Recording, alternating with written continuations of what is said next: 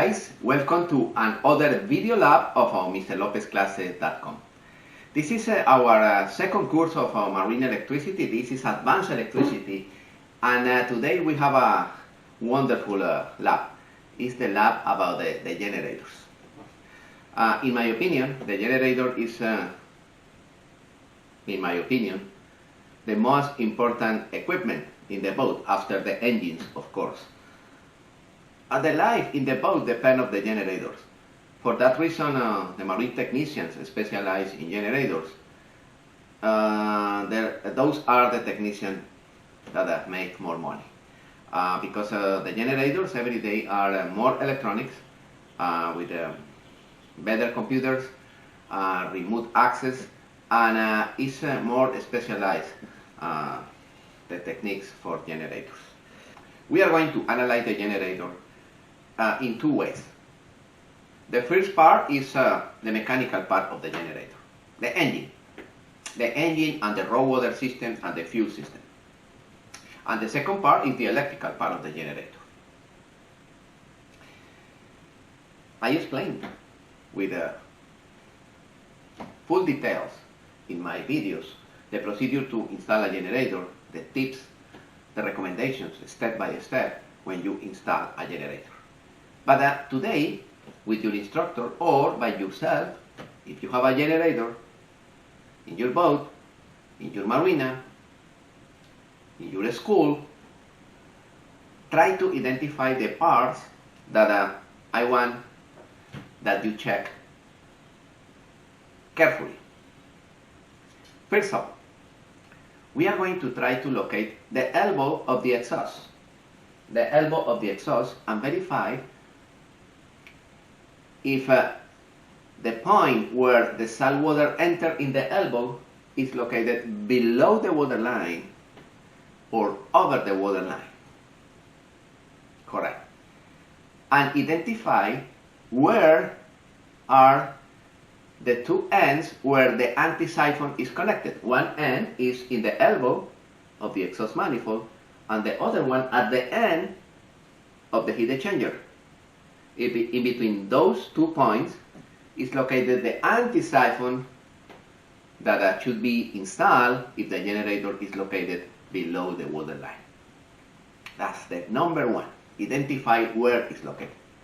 And also identify in the elbow of the exhaust manifold where is located the exhaust gas temperature sensor. This is one of the sensors that produce the majority of the problems. Problems related with high temperature, in some cases, are related with that sensor. The sensor located in that elbow. That's the number one. The second one is we are going to check where is located the raw water pump in my generator, and where is located the plate, because in the future you need to replace impellers. Where is located that plate? And where is located the strainer, the seawater strainer for the future service. Okay?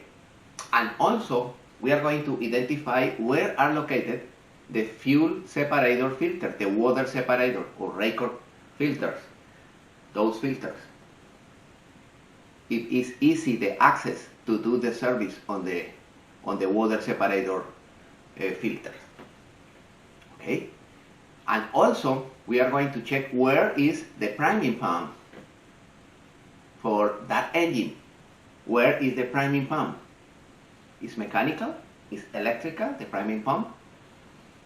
We are going to identify where is located the solenoid of the fuel injection pump in that engine. Where is located the dipstick? Verify that all the marine generators, they have two caps to fill the motor with fresh oil. One on the side, other on top. Verify where is located the thermostat housing. And verify if the thermostat housing have the temperature sensor and the temperature switch. Normally it should be located over there in the thermostat housing. Correct? Okay, this is for the mechanical part. we are going to verify in that engine how is the process to drain the oil, to flush the oil. In my boat we have a transfer system to change the oil, or I need to connect my own suction pump. Alright, this is in the mechanical part of the engine. Okay, normally in the service for generators, you need each 250 hours or something like this, depending on the manufacturer. You need calibrate valves. It's easy, remove the valve cover in that generator. Can I adjust? You remember the procedure to adjust the valve? Can I adjust the valves easily? Okay. Those are the most common inconvenience or the most common parts that you need to get access during the service on generators. That's the mechanical part. Now we are going to check the back end, the electrical portion of my generator. Number one, we are going to verify where is located the main breaker. And we are going to verify if the main breaker, what is the difference between the main breaker of my generator and the main breaker in the AC panel. Okay? We are going to open the control box, and we are going to verify where are located the relays, the stop relay, the crash relay, the run relay in the control box of the generator.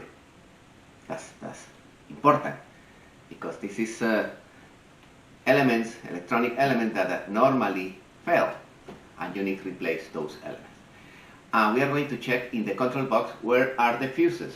The majority of the generators, they have one fuse for DC, or two, F1 and F2 in case of a color, but all of them, they have a couple of fuses.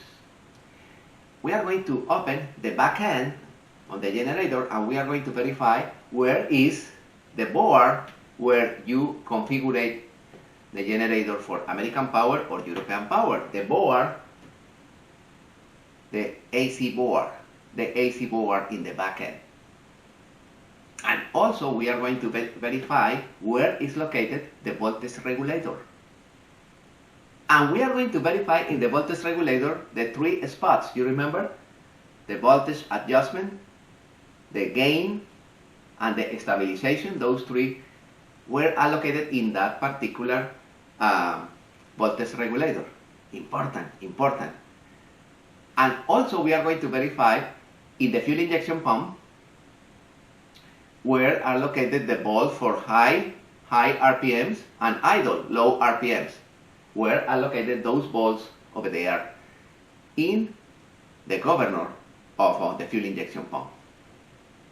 Okay, and also we are going to do a nice practice with your instructor or by yourself.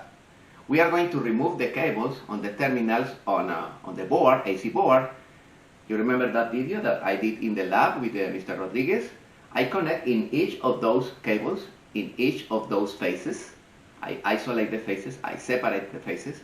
I connect my megometer, and I did the verification of the condition of the winding in that back end. I want that you use the back end.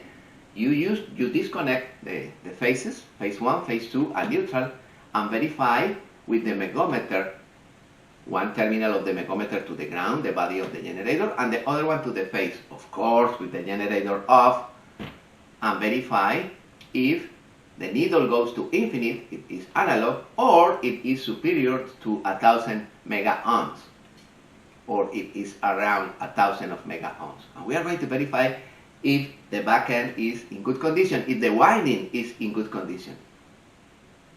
All right, verify in that board, in the board where the phases are connected, if neutral and ground are together, because this is the source of the power. In that point, neutral and ground should be connected together. Okay, my friends? Ask to your instructor or by yourself, try to verify how is the process for that generator in order to convert into American or into European, depending where are you located. Check the manual, the service manual of the generator, and verify the process to convert the frequency from 50 Hertz to 60 or from 60 to 50. Because depending on the generator, they have different procedures, but in general, the procedure is, the first step is check the manual. Verify the different options of configurations. The different options of configurations. Select the configuration that you want. Verify in the board of your generator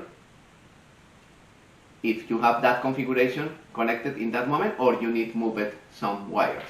Okay, this is the number one. All right. If the generator is digital, you have the board, and in the board you need to enter in the system and change American single phase or double phase, or European single phase or double phase. This is in the service manual. And after that, check in the governor. In the governor, the bulb for the RPMs, and you need to start the generator, connect the voltmeter in the breaker, in the output of the generator, start the generator, and with the generator running, you put the voltmeter in the breaker, you select frequency, hertz, and now with the generator running, you adjust the bulb at the governor, and you see if the frequency increase, or decrease, depending of your movement, and you adjust the frequency. After that, you tie that bulb, and you start to apply load slowly, like I explained in the video. Exactly the same procedure. Okay, try to do that with your instructor. Try to ask to him in order to understand that procedure, that process. Those are the most common situations that you need to know about the service on generators. Please check with your instructor, verify the different parts of the generators, verify where are the elements that you need replace or repair during the typical service, and try to understand the process to configure the generator from American to European, or from European to American. This is a wonderful lab related with generators.